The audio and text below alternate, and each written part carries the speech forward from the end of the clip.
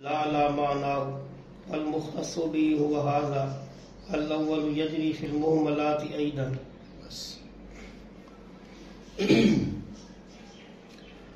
بسم اللہ الرحمن الرحیم. تو بات یہ چل رہی تھی کہ وہ جو مفرد ہے اس کی تین قسمیں: اسم، کلمہ اور ادات. اسم کے بعض خواص کا بیان کرتے ہوئے کہا کہ وہ من خواص سے الحکم علیہ. اسم کے خواص سے کثیرہ میں سے ایک خاصہ یہ بھی ہے الحکم علیہ، یعنی اس کا محکوم علیہ ہونا، اس کا محکوم علیہ ہونا. یہ اس کا خاصہ بیان کیا. تو حرف جو ہے محکوم علیہ نہیں ہو سکتا، اس لیے کہ اس کے معنی میں استقلال نہیں ہے. یعنی ادات حرف وہ اس لیے کہ زبان سے نکل جاتا ہے کہ نہ ہم پہلے پڑھی تو اس کا زیادہ تکرار بھی زیادہ، ورنہ ادات تو ادات جو ہے محکوم علیہ نہیں بن سکتا، اس لیے کہ اس کے معنی میں عدم استقلال ہے.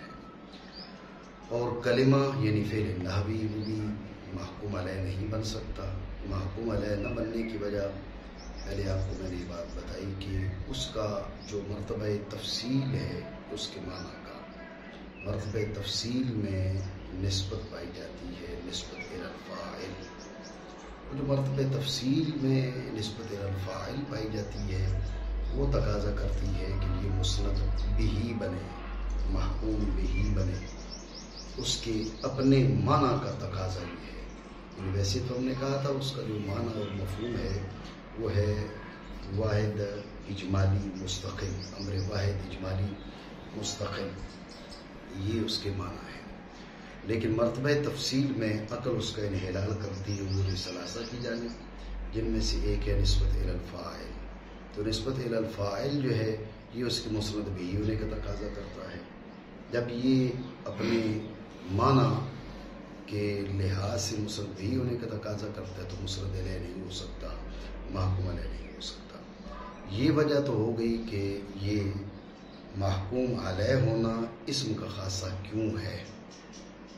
محکوم علیہ ہونا اسم کا خاصہ اس لیے ہے کہ ادات کے معنی میں عدم استقلال ہے اور کلمہ کے معنی میں نہیں بلکہ معنی کی کے مرتبہ تفصیل میں، ٹھیک ہے، معنی کے مرتبہ تفصیل میں اس کے اندر ایک امر ہے نسبت الفاعل، وہ تقاضا کرتا ہے کہ یہ مسند بہی بنے.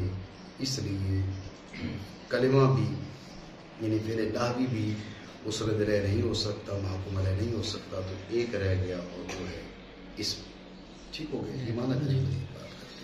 اور اسم کے خواص سے ہے اس پر حکم کیا جانا. کان الحکم علیہ یعنی کونہ محکوما علیہ، کونہ محکوما علیہ. تو اب یہ خارجی سوال یہاں کیا جاتا ہے کہ الحکم علیہ میں ہی کا مرجع خود اسم ہے، ہی کا مرجع خود اسم ہے، یعنی اسم کے خواص سے ہے کون الاسم محکوما علیہ. الحکم علیہ یعنی الحکم علی الاسم، الحکم علی الاسم.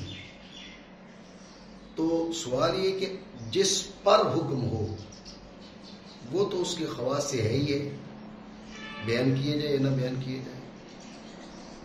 الحکم علیہ، علیہ میں ہی کا مرجع ہے اسم، یعنی الحکم علی الاسم.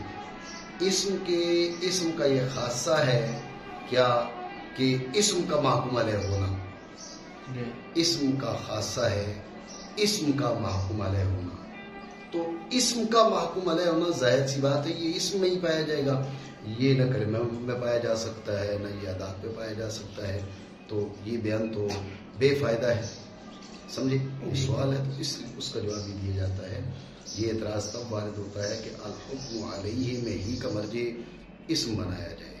الحکم علیہ میں ہی کا مرجع اسم نہیں ہے، مطلق الشیء المتکرر فی الذہن ہے.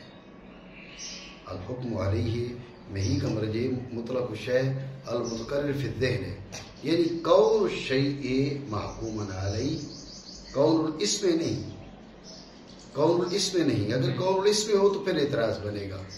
کون الشیء محکوما علیہ، شے کا محکوم علیہ ہونا، یہ اسم کا خاصہ ہے. ٹھیک ہو گیا جی؟ کرے. اور اسم کے خواص سے ہے اس کا محکوم علیہ ہونا، یعنی شے کا محکوم علیہ ہونا. اب یہ کیا ہے، یہ اس کو اگر ہم خواص سے شمار کرتے ہیں تو یہ بات معقول ہے اور مناسب ہے. خارجی طور پر کچھ اعتراضات ہوتے ہیں جو مشہور ہیں کہ آپ نے کہا محکوم علیہ ہونا اسم کا خاصہ ہے. ادھر آپ دیکھیں کہ جو قضیہ شرطیہ ہے، قضیہ شرطیہ میں مقدم اور تالی کے بیچ بھی حکم پایا جاتا ہے. مقدم اور تالی کے بیچ حکم پایا جاتا ہے. ایک کی حیثیت محکوم بہی کی ہوتی ہے اور دوسرے کی حیثیت محکوم علیہ کی ہوتی ہے.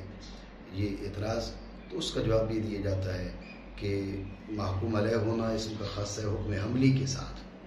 یہ حکم شرطی ہے، حکم شرطی کے ساتھ محکوم علیہ ہونا یہ اسم کا خاصہ نہیں ہے. جب ہم نے کہا کہ حکم حملی کے ساتھ تو اس پر پھر اعتراض ہے کہ بعض اوقات حکم حملی بھی اسم کا خاصہ نہیں بنتا. جیسے زید قائم یضادہ زید لیس بقائم، زید قائم یضادہ زید لیس بقائم. ابھی زید قائم محکوم علیہ ہے اور یضادہ زید لیس بقائم یہ پورے کا پورا کیا ہے، وہ اس محکوم بہی ہے. اب پورے کا پورا جملہ جو ہے زید قائم یہ محکوم علیہ ہے حکم حملی، محکوم علیہ ہے اور وہ اسم نہیں ہے. تو اس کا یہ جواب دیا جاتا ہے کہ یہ خاصہ جو اسم کا بیان کیا گیا ہے یہ خاصہ حقیقیہ نہیں ہے، یعنی ہے حکم عملی میں لیکن خاصہ حقیقیہ نہیں ہے، اضافیہ ہے. اضافیہ کیسے؟ یعنی کلمہ اور ادات کے اعتبار سے اپنے دو جو اخوان ہیں ان کے اعتبار سے یہ بیان کیا گیا ہے کہ اس کا خاصہ ہے. اور یہ بھی جواب دیا جاتا ہے کہ یہاں پر زید قائم یضادہ زید لیس بقائم، یہاں پر زید القائم جو محکوم علیہ ہے، زید القائم جو محکوم علیہ ہے یہ مفرد کی تعویل میں ہو کر محکوم علیہ ہے. اور مفرد کی تعویل میں جب اس کو کریں گے تو پھر دیکھا جائے گا کہ یہ اسم کی تعویل میں ہے، کلمہ کی تعویل میں ہے یا ادات کی تعویل میں ہے. واضح سی بات ہے، نہ یہ ادات کی تعویل میں ہے نہ یہ کلمہ کی تعویل میں ہے، یہ اسم کی تعویل میں ہے. یعنی یہاں پر زید قائم محکوم علیہ ہے اسم کی تعویل میں ہو کر. تو اب اگر آپ اس کو خاصہ حقیقی بھی قرار دیں تو جب بھی بات درست ہے. ٹھیک ہو گیا؟ دونوں اعتراض میں دوبارہ دہراتا ہوں.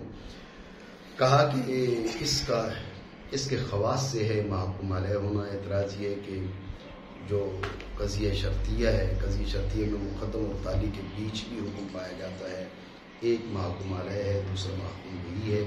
اب نہ مقدم اسم ہے نہ تالی اسم ہے، تو محکوم علیہ ہونا تو پھر وہاں پر مقدم اور تالی کے بیچ بھی حکم ہے.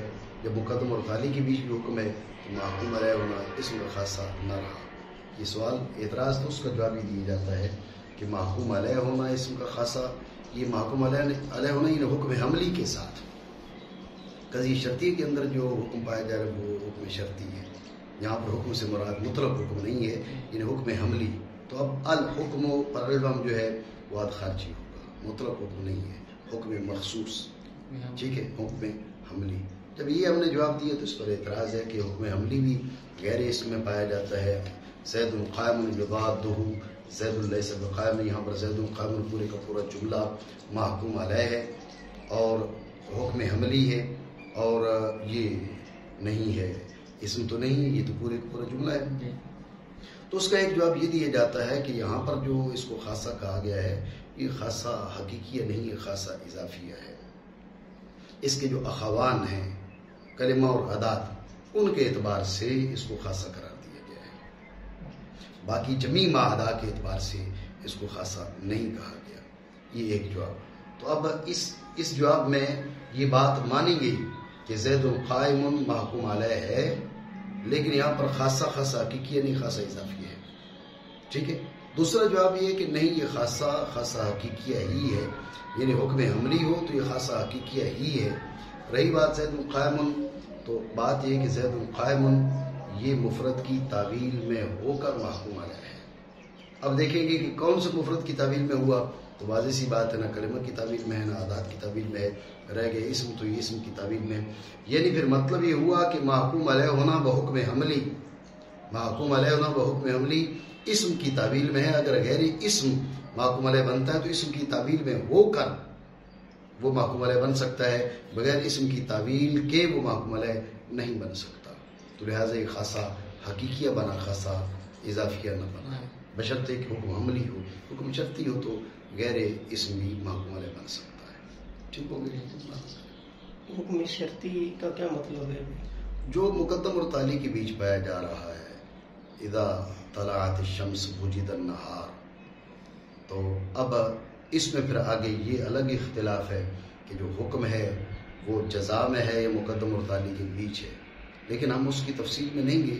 ہم نے مقدم اور تالی کے بیچ حکم مان کر ہم نے یہ جو آپ کی تقریر کر، میں یہ سمجھ چاہ رہا تھا بھئی یہ مقدم تالی کے بیچ جو حکم ہوتا ہے اس کا کیا مطلب ہوتا ہے بھائی؟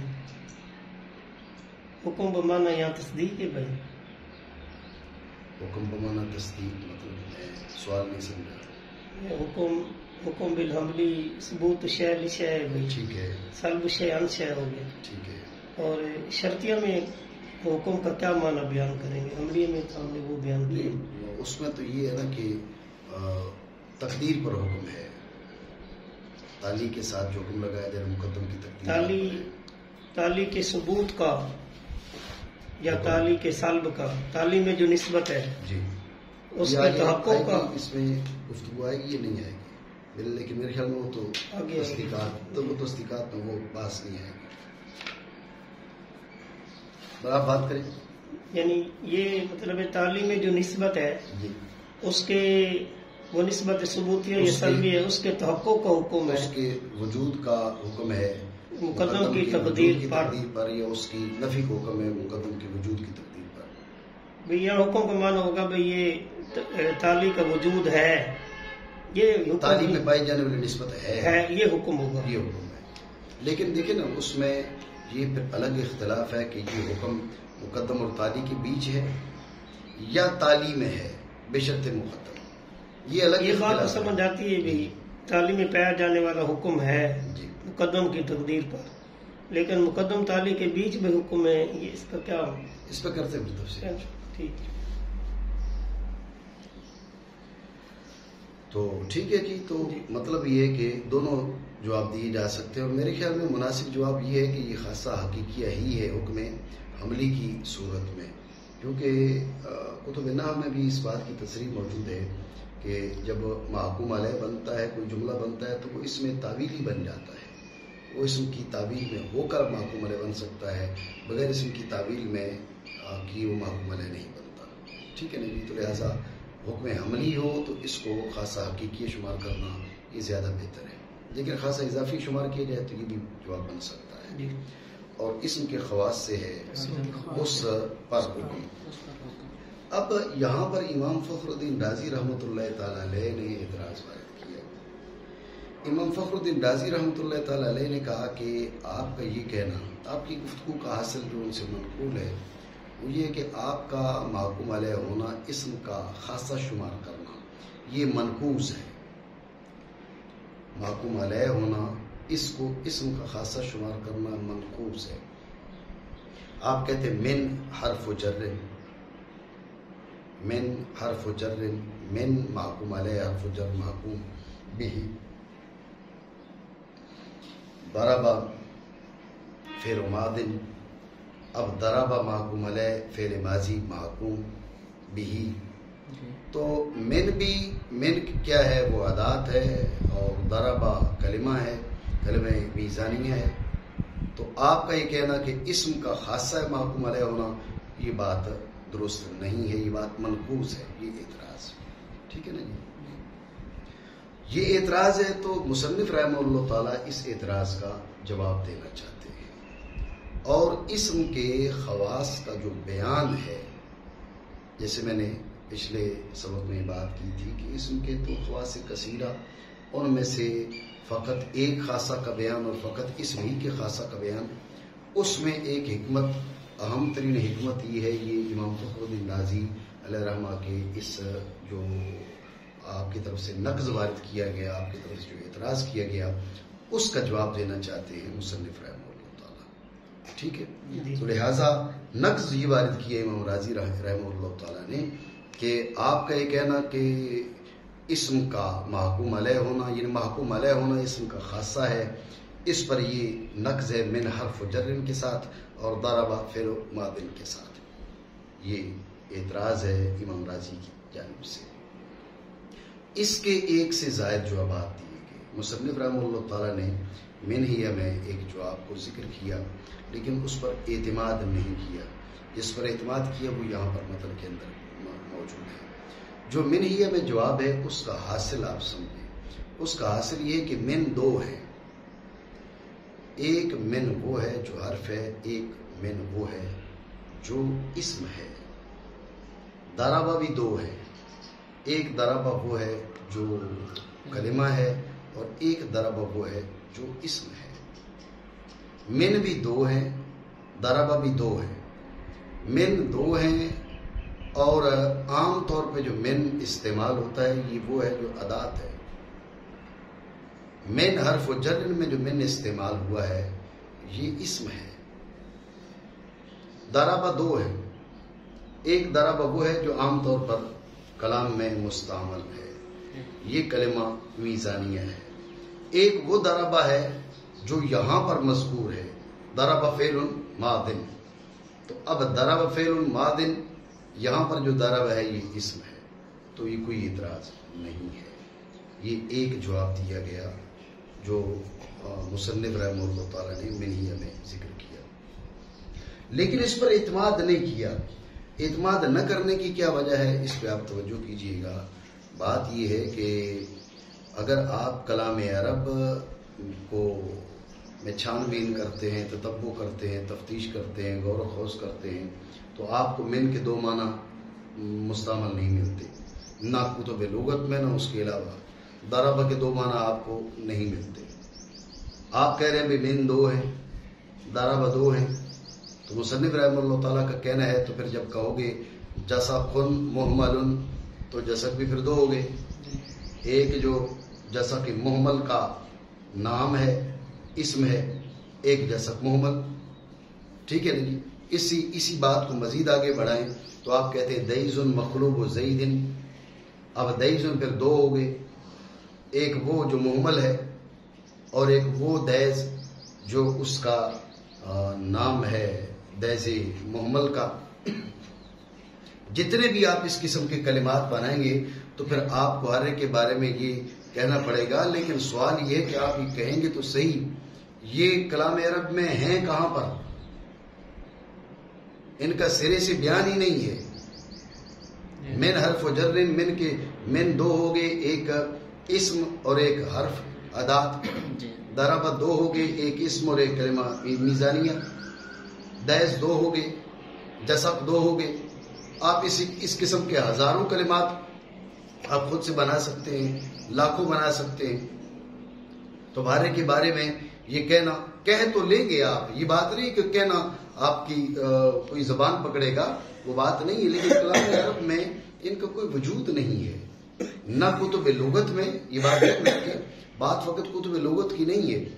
کتب لغت کے علاوہ بھی اگر آپ کلام عرب میں تتبع تلاش کرتے ہیں، آپ کو کہیں پر بھی ان کا کوئی وجود نہیں ملتا. یعنی دو دو، من دو، اسی طرح با دو، لام دو، کاف دو، اس قسم کے جتنے حروف ہیں، اس قسم کے جتنے محملات ہیں، آپ ان کو کیا بنا لیں. آپ ان کے بارے میں بھی کہیں بھئی ہر محمل دو ہے، ایک وہ جو اس محمل کا نام ہے اور ایک وہ جو خود محمل ہے. تو لہٰذا یہ جواب معقول نہیں ہے. اس لیے مصنف رحمہ اللہ تعالیٰ نے اس جواب کو منہیہ میں بیان کیا، لیکن اس پر اعتماد نہیں کیا. جس جواب پہ اعتماد کیا وہ یہاں پر مذکور ہے، اس کی تقریر کرتے ہیں. دوبارہ سمجھیں، امام رازی رحمۃ اللہ تعالیٰ علیہ نے یہ نقض وارد کیا کہ آپ نے کہا کہ محکوم علیہ ہونا اسم کا خاصہ ہے، تو من حرف و جر یہاں پر محکوم علیہ من ہے.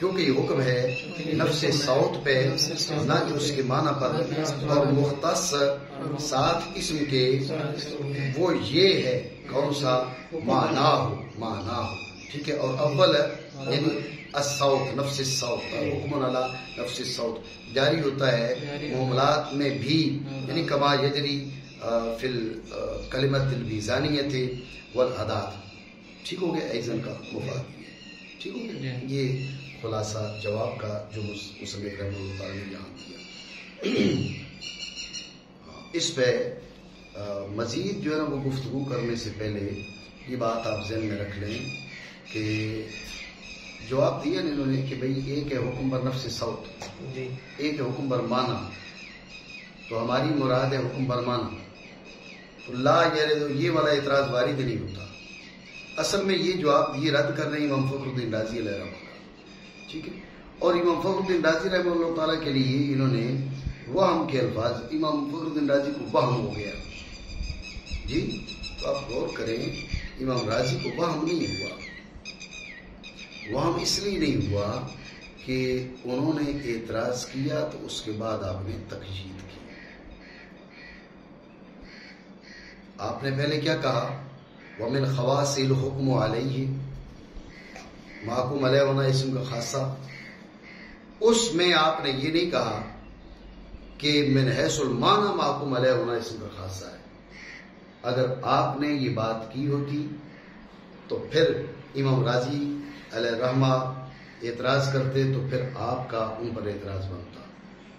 آپ یہ کہیں کہ ہماری مراد یہ تھی، آپ کچھ بھی کہیں، آپ کہیں جی ہماری مراد تھی حکم بر معنی، تو بات یہ کہ آپ کی مراد پر اعتراض نہیں ہے، آپ کے لفظ کے مفاد پر امام راضی کا نقص ہے. آپ کا لفظ جو ہے وہ اطلاق کا مفاد، اطلاق کا مفید ہے. آپ کے لفظ نے یہ کہا محکوم علیہ ہونا اسم کا خاصہ، جیسے آپ نے بعد میں کہا جی حکم سے مراد حکم حملی ہے، پھر آپ نے کہا جی خاصہ سے مراد خاصہ اضافی ہے، ٹھیک ہے.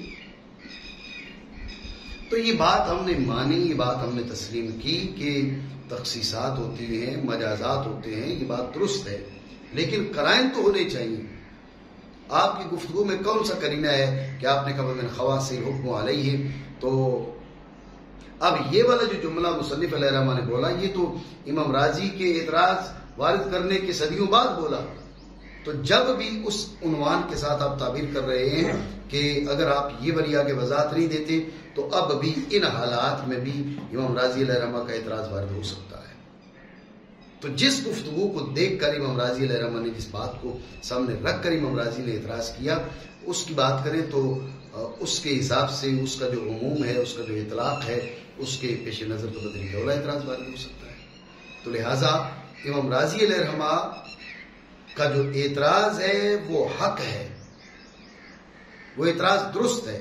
ہاں یہ بات ضرور ہے کہ آپ کی جو مراد ہے وہ بھی درست ہو سکتی ہے، وہ بھی درست ہے، وہ اس پر بھی کلام ہے، اس پہ کلام کرتے ہیں، اس پہ بھی کلام ہے. لیکن یہ کہنا کہ امام راضی علیہ رحمہ کو وہم ہوا، تو بات یہ کہ وہم کی بات نہیں ہے. امام راضی علیہ رحمہ کو وہم نہیں ہوا. آپ کی گفتگو کا جو اطلاق ہے وہ اور آپ کی جو مراد ہے ان دونوں میں تفاوت ہے. آپ نے گفتگو رکھی مطلق اور بعد میں کہتے ہیں جی ہماری نیت اس کی یہ تھی، مراد یہ تھی. بھئی اس پہ کرینہ کون سا ہے؟ کرینہ کوئی نہیں ہے. جب کرینہ کوئی نہیں ہے تو ان کا اعتراض درست ہے. ان کے اعتراض، ان کی جانب سے نقص وارد کرنے کے بعد آپ تخصیصات کر رہے ہیں، تو ان کی گفتگو کو وہم قرار دینا یہ زیادتی ہے. ٹھیک ہے نا؟ یہ نہیں کہ جواب ہو گیا، ہم یہ نہیں کہہ رہے جواب نہیں ہے، لیکن امام راضی کی گفتگو کو وہم قرار دینا یہ زیادتی ہے. پھر ایک ٹولہ ہو جاتا ہے جی آپ نے گھر بیٹھ کے، امام راضی علیہ رحمہ کا کوئی دفاعی بیٹھا ہوا نہیں ہے. جب امام راضی کا دفاعی کوئی نہیں بیٹھا ہوا، اب آپ گھر بیٹھ کے کہتے ہیں جی امام راضی سے کوئی وام ہو گیا. وام کیسے ہو گیا؟ اگر وام ہوتا تو آپ کو تخصیص کی ضرورت ہی نہ پڑتی. آپ کو تخصیص اور تقیید کی جو ضرورت پڑی یہ خود دلیل ہے اس بات کی کہ امام راضی علیہ رحمہ نے جہاں چوٹ ماری وہاں چوٹ لگتی تھی. اس کے بعد آپ کو تخصیص اور تقیید کی ضرورت. پھر ان کے وام کا صدیوں اعتراض کا جواب ڈھونڈتے رہے جی ایسی عوام کا جواب تلاش کریں کیا ہے. اور اس کے باوجود آپ دیکھیں نا ابھی بھی جو گفتگو کی جاتی ہے اس پہ اطلاق ہاں یہ ہے کہ آپ شروع سے یہ کہتے بھائی جو حکم علی المعنی ہے یہ اسم کے خواص سے ہے، تو پھر آپ کہتے جی ہم نے تو تصریح کی تھی، اس کے باوجود امام راضی کو وہم ہو گیا، پھر کوئی بات ہو سکتی تھی. بہرحال خلاصہ گفتگو یہ ہے کہ امام راضی علیہ الرحمہ نے نقص وارد کیا، اس کا مصنف علیہ الرحمہ نے جواب دیا. جواب تو ہو سکتا ہے لیکن امام راضی علیہ الرحمہ کی گفتگو کو وہم قرار دینا یہ زیادتی ہے، وہم نہیں ہے ان کا. انہوں نے جو نقص وارد کیا ہے وہ درست ہے، البتہ اس نقص کے ورود کے بعد انہوں نے، کیونکہ جو اختلاف ہے وہ تحقیق کے کئی دروازے کھولتا ہے، تو لہٰذا امام راضی علیہ الرحمہ نے اعتراض وارد کیا. تو انہوں نے مطلقاً بات کر دی تھی، تو بعد میں انہوں نے تخصیص کر دی کہ مراد ہماری ہر حکم نہیں ہے بلکہ حکم بر معنی ہے، حکم بر معنی ہے. ٹھیک ہو گیا. لیکن آپ یہ بات ذہن میں رکھیں، اب یہ جو اگلا اعتراض ہے، اگلی جو گفتگو ہے، اس سے آپ کو اندازہ ہوگا کہ امام راضی علیہ الرحمہ کے اعتراض میں جان ہے. یہ جو ہم نے گفتگو کی ہے ندی، اس گفتگو کو سامنے رکھیں، جب بھی امام راضی علیہ الرحمہ کے جو اعتراض ہے اس میں جان نظر آتی ہے. لیکن اگلی جو گفتگو ہے انہوں نے یہ جواب دیا، اس جواب پر اس سے اندازہ ہوگا کہ نہیں وہ اعتراض جاندار ہے. میرا آپ ایسے اٹھ کے کہہ دیں جی بھائی امام راضی کو وہم ہو گیا، تو یہ بات سراسر زیادتی ہے. اب آپ غور کریے انہوں نے کیا کہا، اب اس جواب پر گفتگو سمجھیں. انہوں نے کہا بھائی یہ حکم بر نفس صوت ہے، حکم بر نفس صوت ہے، من حرف جر، یہ حکم بر نفس صوت ہے. ہم سوال یہ کرتے ہیں کہ بلا لحاظ معنی یا معنی ملحوظ ہے. آپ کہہ رہے ہیں حکم بر نفس صوت ہے، تو اس کی معنی پر سرے سے دلالت ملحوظ ہی نہیں ہے یا معنی پر دلالت ملحوظ ہے؟ من حرف جر، من کو آپ کہہ رہے ہیں حرف جر ہے، اس کی معنی پر سرے سے دلالت، معنی کا سرے سے اس میں دخل ہی نہیں ہے یا معنی کا اس میں دخل ہے؟ اگر آپ کہیں کہ معنی کا اس میں سرے سے دخل نہیں ہے تو یہ خلاف واقع ہے. کیونکہ آپ دیکھیں نا جی من، ضربا، کروما، سمیا، معنی پر معنی کا بالکل سرے سے لحاظ ہی نہ ہو. اب دیکھو من کو ہو یا من کو ہو یا نم کو ہو، ایک آواز ہے، یہ جو آواز ہے یہ حرف ہے. آپ غور کریں، یہ جو آواز ہے بلا لحاظ معنی، بلا مدخلیت معنی، اصلاً دخل نہ سمجھا جائے، اصلاً دخل نہ مانا جائے. یہ جو آواز ہے یہ حرف ہے، یہ آواز حرف جر ہے، یہ کوئی معقول بات ہے؟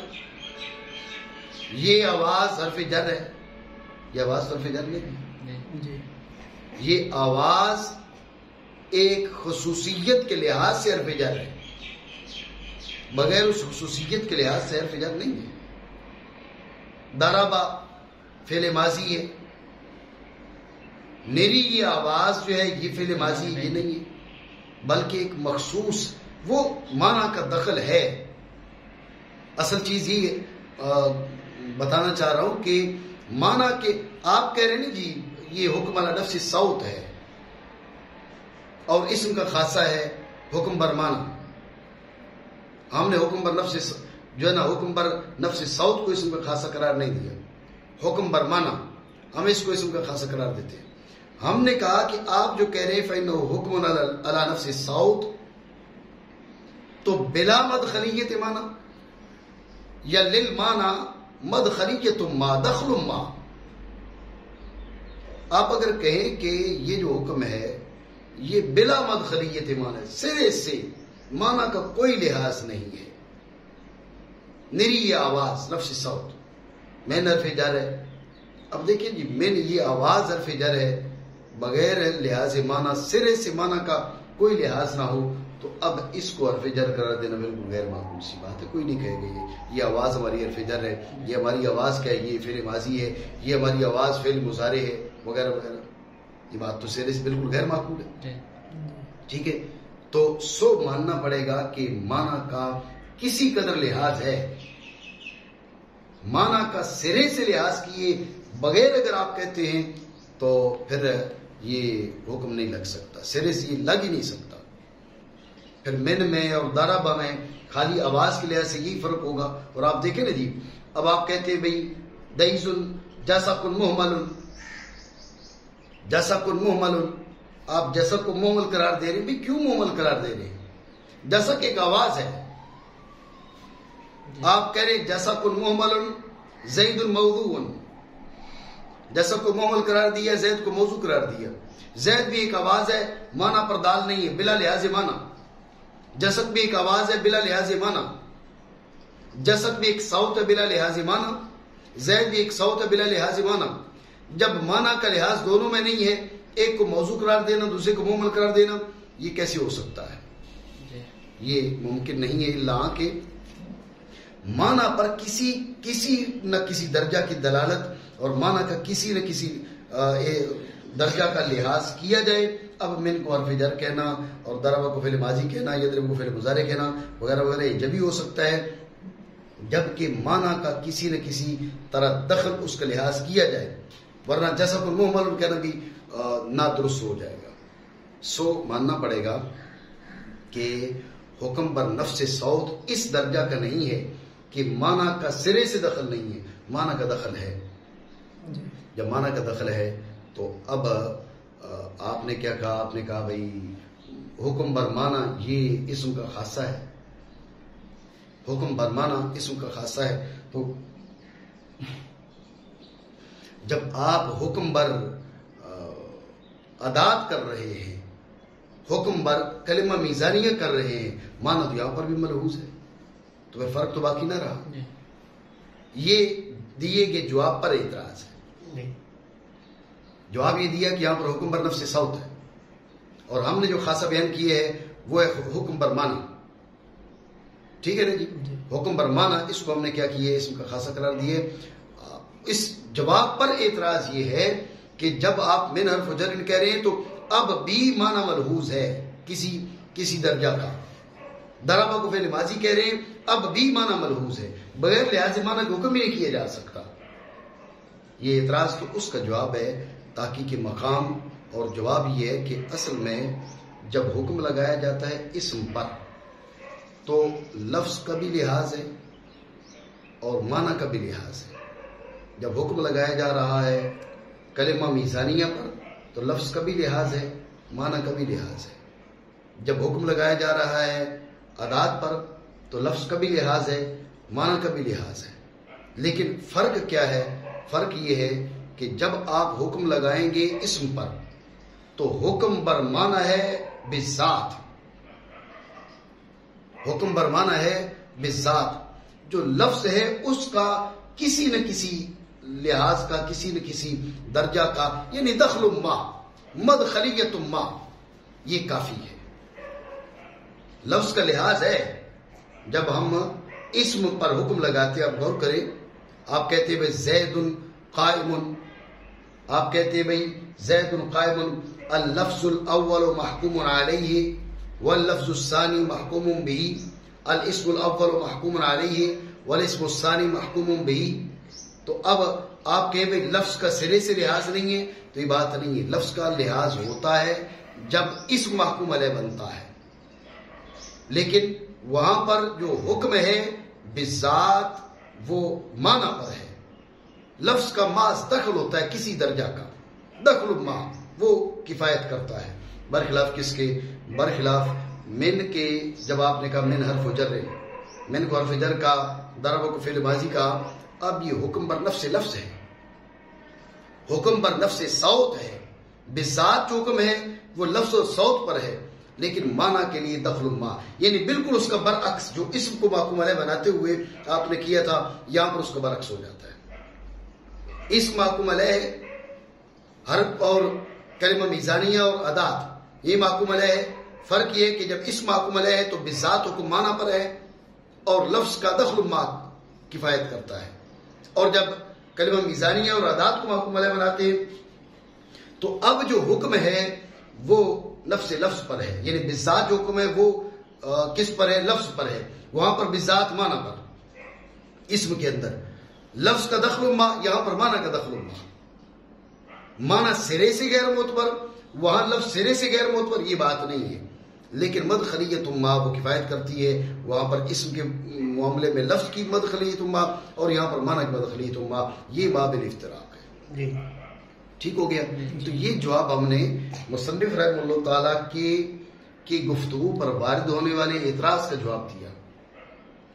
مصنف نے کہا نفس صوت، تو اعتراض یہ ہوا کہ بلا لحاظ معنی، یعنی معنی کو سرے سے دخل نہ ہو، یہ تو بالکل غیر معقول بات ہے. تو اس کا ہم نے جواب دیا کہ اللہ نفس صوت اے بالذات، بالذات نفس صوت پر ہے، بالذات نفس لفظ پر ہے، معنی پر جو ہے وہ بالذات نہیں ہے. بالذات معنی پر حکم کیا ہے؟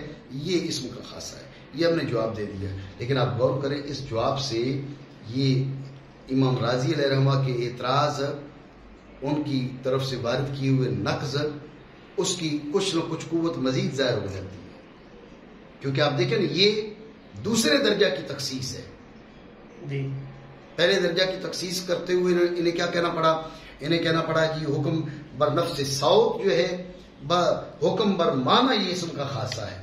حالانکہ ابتدا میں جب انہوں نے گفتگو کی تو اس وقت اس قسم کی انہوں نے بات کوئی نہیں کی.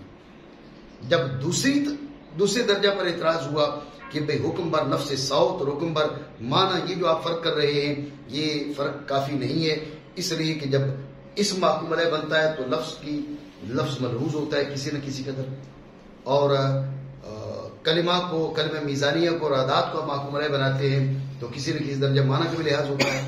جی تو اس کا پہلے انہوں کو جواب دینا پڑا کہ بھئی اسم محکوم علیہ بنتا ہے پر معنی، یعنی وہاں پر معنی پر بالذات حکم ہوتا ہے. حرف من اور ضربہ یہ محکوم علیہ بنے ہیں، بالذات حکم کیا ہے؟ وہ لفظ پر ہے. معنی کے لیے دخل ما کافی ہے، جیسے وہاں پر لفظ کا دخل ما کافی ہے. ٹھیک ہے. یہ دوسرے درجہ کی تخصیص ان کو کرنا پڑی. جو اس تخصیص سے ابھی جو بتا رہا ہوں وہ یہ کہ تخصیص بتا رہی ہے کہ امام راضی علیہ رحمہ کا اعتراض بنتا تھا. اعتراض درست، ہاں آپ جواب دے سکتے ہیں، آپ نے جواب دیا، ان کے اعتراض کے بعد آپ نے تخصیصات کی تو ٹھیک ہے، بات واضح ہو گئی. لیکن آپ یہ کہیں کہ امام راضی رحمہ اللہ تعالیٰ کا اعتراض سرے سے بنتا ہی نہیں تھا، یہ بات درست نہیں. ٹھیک ہو گیا جی. منع کریں گے. اور اہل عرب کا قول من حرف جر ہے اور ضرب فعل ماضی ہے، وارد نہیں ہوتا. تو اب یہ کہنا کہ وارد ہی نہیں ہوتا یہ بات مناسب نہیں ہے. وارد ہوتا ہے، البتہ پھر آپ نے اس کا جواب دے دیے، وہ جواب مناسب ہے. ہم کون سا کہہ رہے ہیں جواب بنتا ہی نہیں ہے؟ جواب مناسب ہے کیونکہ یہ حکم ہے نفس صوت پر نہ کہ معنی پر، اور مختص ذات اسم کے وہ یہ ہے، یہ حکم پر معنی اول جاری ہوتا ہے محملات میں بھی. اب آپ غور کیجیے گا، ایک اور جواب میں ذکر کر دیتا ہوں. ایک جواب یہ بھی دیا جاتا ہے کہ یہ جو ہے من حرف جر اور ضربہ فعل ماضی، اصل میں یہ من حرف جر یہ اسم تعبیلی ہے، ضربہ فعل ماضی یہ اسم تعبیلی ہے. یہ اسماء تعبیلیہ ہے. اسماء تعبیلیہ یوں ہیں کہ جو آدمی ان کو محکوم علیہ بناتا ہے،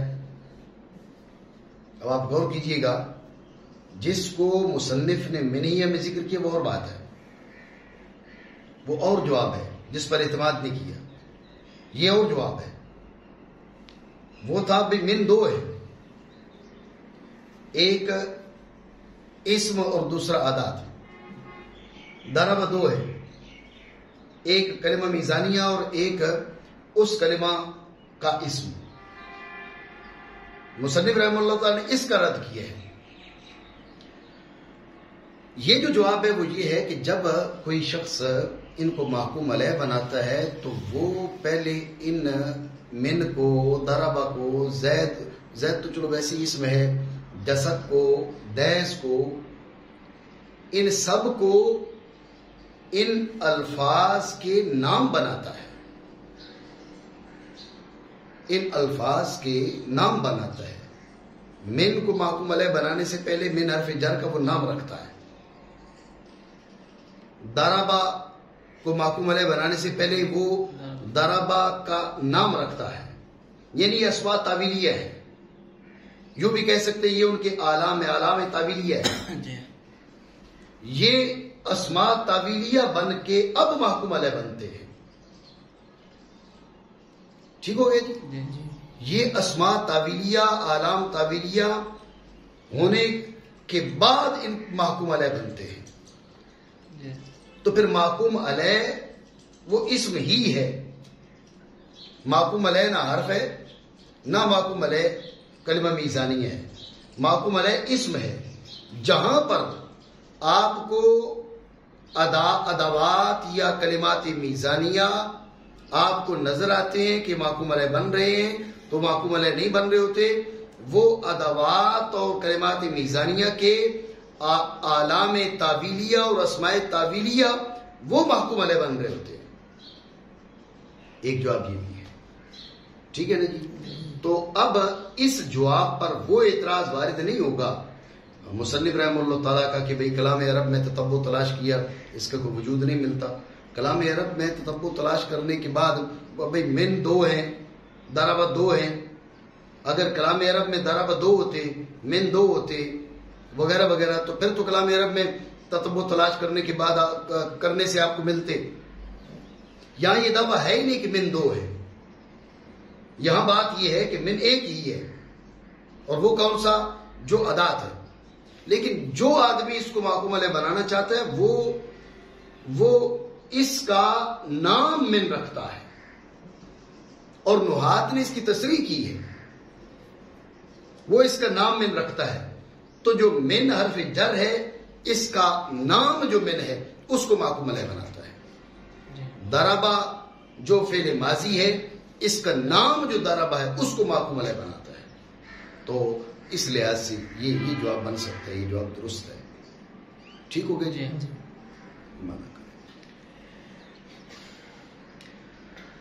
اور اہل عرب کا قول من حرف جر ہے اور ضرب فعل ماضی ہے, وارد نہ ہوگا کیونکہ یہ حکم ہے نفس صوت پر.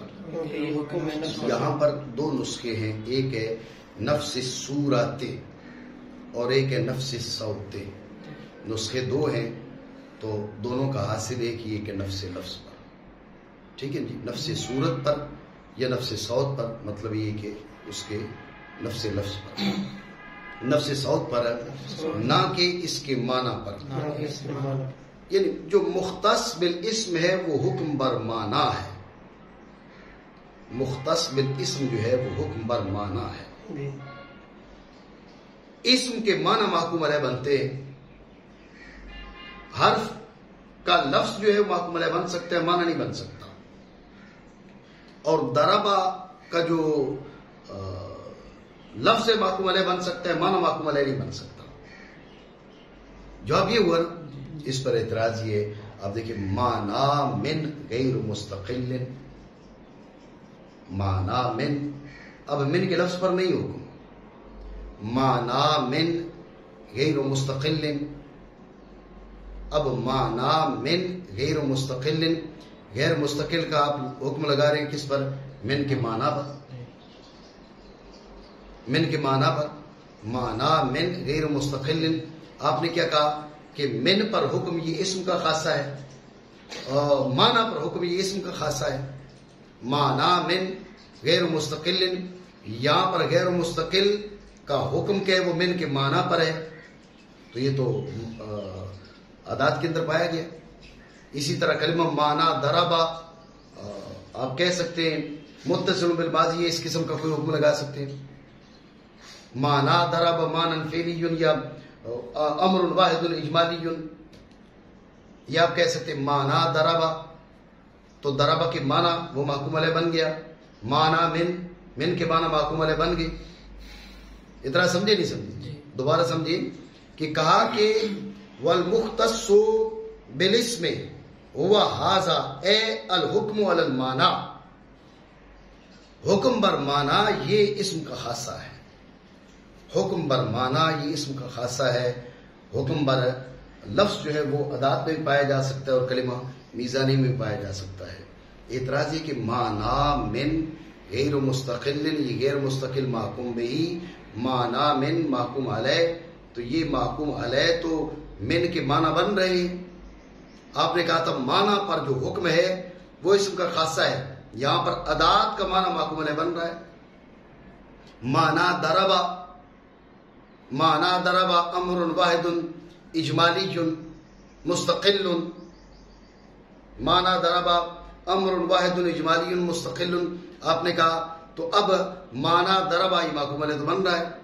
تو آپ کا یہ دعویٰ کہ معنی پر حکم اسم کا خاصہ ہے یہ بھی منقوص ہے، یہ اعتراض ہے. تو اس کا جواب ہے، لیکن جواب دینے کے مختلف طریقے ہیں. ایک طریقہ جو ملا حسن نے اختیار کیا اس کو ذکر کر دیتے ہیں کیونکہ ہم نے پہلے بھی اس پہ بات کی ہے. تو آپ کہہ رہے ہیں کہ اصل بات یہ ہے کہ جو اسم کا خاصہ ہے، اسم کا خاصہ ہے حکم بر معنی، جب معنی کا تصور بے کن ہی ہو، معنی کا تصور بے کن ہی ہو تو اب حکم بر معنی یہ اسم کا خاصہ ہے. ٹھیک ہو گیا جی؟ جب آپ نے کہا نا معنی من، اس پہ توجہ کیجئے گا، معنی من، اب یہ تصور بے کن ہی نہیں ہے. معنی من یہ تصور بے کن ہی نہیں ہے. جب آپ نے کہا من کے معنی، من کے معنی، تو اس کا لحاظ قصدی ہے نہیں ہے؟ اس کا لحاظ قصدی ہے. جب اس کا لحاظ قصدی ہے تو ہم نے آپ کو کہا تھا کہ جب یہ تصور بے کن ہی ہوگا من کے معنی کا، تو اب یہ اس کا لحاظ قصدی ہو ہی نہیں سکتا. اب آپ اس کو یا تصور بالکنا میں داخل کریں گے یا تصور بالوجہ میں داخل کریں گے. آپ تصور بالکنا میں داخل کریں یا تصور بالوجہ میں داخل کریں، ہر حال میں یہ لحاظ قصدی ہے. جس مرحلہ کو، جس درجہ کو ہم نے خاصہ اسم کا شمار کیا ہے، یعنی تصور بے کن ہی ہو، تو وہ چیز یہاں پہ ہی نہیں جا رہی. تصور بے کن ہی ہو یعنی معنی متصور بے کن ہی ہو، یوں کہیں معنی متصور بے کن ہی ہو اور محکوم علیہ بنے، یہ چیز فقط اسم کے ساتھ خاص ہے. معنی متصور بے کن ہی ہو اور محکوم علیہ بنے، یہ اسم کا خاصہ ہے. جب آپ نے کہا معنی من غیر مستقل، معنی من غیر مستقل، اب من کے معنی متصور بے کن ہی ہیں ہی نہیں، یا یہ متصور بالکنا میں داخل ہوں گے یا متصور بالوجہ میں داخل ہوں گے، تو لہٰذا یہ اعتراض وارد ہو نہیں سکتا. ٹھیک ہو گیا جی؟ یہ ایک انداز ہے جو جواب دیا ملا حسن نے. دوسرا یہ انداز ہے کہ ہم نے جو کہا کہ بھئی یہ ہو محکوم علیہ ہونا اسم کا خاصہ ہے، جبکہ حکم بر معنی ہو، جب حکم بر معنی ہو تو یہ اس وقت ہے جبکہ اس کو اس کے اپنے عنوان کے ساتھ تعبیر کیا جائے، اس کو اس کے اپنے عنوان کے ساتھ تعبیر کیا جائے. اگر اس کو مفہوم اسمی کے ساتھ تعبیر کیا جا رہا ہے تو اب جو ادات ہے اس کے بھی معنی پر حکم لگ سکتا ہے، اور جو کلمہ میزانی ہے اس کے بھی معنی پر حکم لگ سکتا ہے. جب اس کو اپنے عنوان کے ساتھ تعبیر کیا جائے، عنوان اس کا محفوظ ہو، عنوان کی حفاظت کے ساتھ جب اس کو تعبیر کیا جائے تو اب محکوم علیہ ہونا، جب حکم معنی پر ہو تو اب یہ اسم کا خاصہ ہے. جب آپ کہہ رہے ہیں معنی من، اب یہ کہ من کے معنی کو تعبیر کرنے کا ایک طریقہ یہ ہے آپ بولیں من اور دلالت اس کے اپنے معنی پر. سر تو وہ یوں ہے، سر تو من البصرہ، سر تو من البصرہ. اب من کے معنی کا عنوان محفوظ ہے، من کے ساتھ اس کو تعبیر کیا جا رہا ہے. اس حالت میں محکوم علیہ ہونا فقط اسم کے ساتھ خاص ہے. لیکن جب آپ نے کہا نا معنی من، تو معنی کیا ہو تو اسم ہے نہیں، معنی اسم ہے. آپ عنوان اسمی کے ساتھ اس کو تعبیر کر رہے ہیں، اب تو محکوم علیہ کسی کو بھی آپ بنا سکتے ہیں. دوسرا جواب یہ ہے ٹھیک ہے نا. تو اعتراض کیا تھا؟ اعتراض یہ آپ نے کہا بھائی معنی پر حکم یہ اسم کا خاصہ ہے. تو اعتراض یہ تھا کہ معنی من غیر مستقل، دیکھو یہ من کے معنی پر حکم ہے، یہ تو ادات میں پایا جا رہا ہے. معنی ضرب امر واحد اجمالی مستقل. اب معنی ضرب یہ اس کو محکوم علیہ بنایا جا رہا ہے. آپ نے کہا تھا معنی پر حکم یہ اسم کا خاصہ ہے. یہ اسم کا خاصہ تو نہیں ہوا، یہ تو ادات میں بھی پایا جا رہا ہے اور کلمہ میں پایا جا رہا ہے. تو اس کا ایک جواب وہ ہے جو ملا اصل نے دیا. جواب کا حاصل یہ ہے کہ ہم نے کہا تھا کہ اسم کے جو ادات کے معنی غیر مستقل ہیں، مرآت تعارف الغیر، جبکہ وہ متصور بکن ہی ہو، متصور بکن ہی ہو. تو معنی پر حکم اسم کا خاصہ ہے کب؟ جبکہ معنی متصور بکن ہی ہو. معنی پر حکم اسم کا خاصہ ہے جبکہ معنی متصور بکن ہی ہو. جی جب آپ کہتے ہیں معنی من غیر مستقل، اب معنی من، اب من کے معنی متصور بکن ہی نہیں رہے. اب غور کریں، من کے معنی آپ نے کہا معنی من کے معنی، اب معنی کا لحاظ قصدی آ چکا ہے، اور حرف کے معنی متصور بکن ہی ہوں تو ملحوظ قصدن ہوتے ہی نہیں ہیں، بلکہ مرآت تعارف الغیر ہوتے ہیں. تو جب وہ ملحوظ قصدی ہوئے، اب آپ اس کو تصور بالکنا میں داخل کریں یا تصور بالوجہ میں داخل کریں، بہرحال متصور بکن ہی نہیں ہے. تو ہم نے کہا معنی پر حکم اسم کا خاصہ ہے، یعنی معنی جب متصور بکن ہی ہوں تو محکوم علیہ ہونا اسم کا خاصہ ہے. معنی متصور بکن ہی ہوں تو محکوم علیہ ہونا اسم کا خاصہ ہے. معنی متصور بکن ہی ہوں تو محکوم علیہ ہونا اسم کا خاصہ ہے. اب جب معنی من غیر مستقل معنی ضرب یوں کہا تو اب یہ معنی یا متصور بالگناہ ہے یا متصور بالوجہ ہے، جس کو بھی داخل کریں کم از کم متصور بکن ہی نہیں ہے. تو لہٰذا جس کو ہم نے خاصہ بولا ہے وہ اسمی کا خاصہ ہے، وہ منقوص نہیں، اس پر نقص وارد نہیں ہوتا. یہ ایک جواب.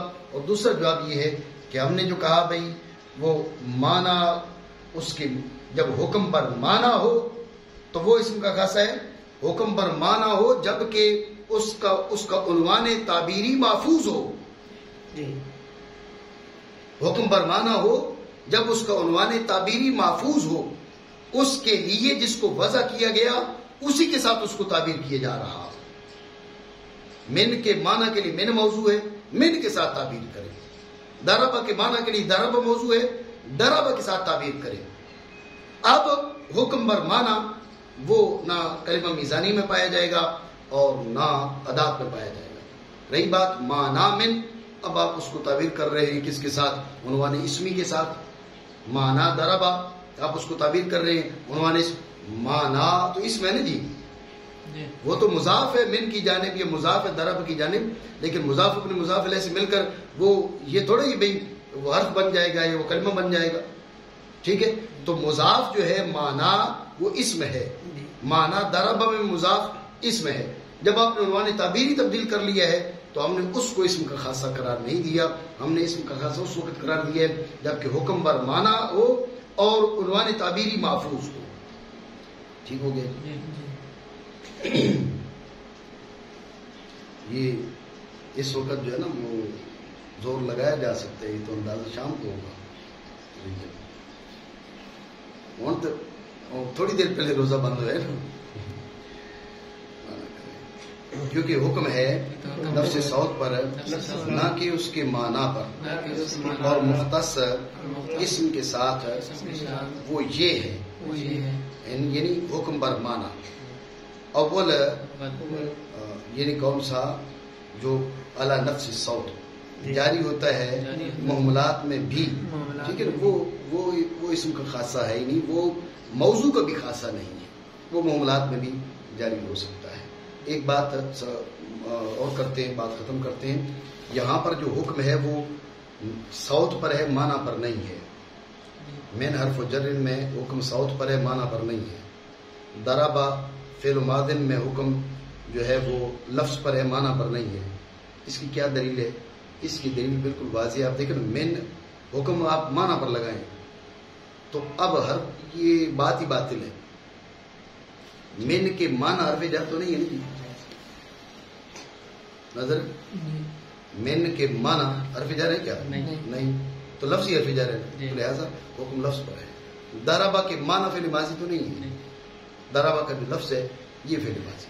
لہذا یہ خود اس پہ اگر ہم غور کرتے ہیں تو اندازہ ہو جاتا ہے یہ بات درست ہے. یہاں پر لفظ پر حکم ہے, معنی پر حکم ہے. ٹھیک ہے, مزید انشاءاللہ.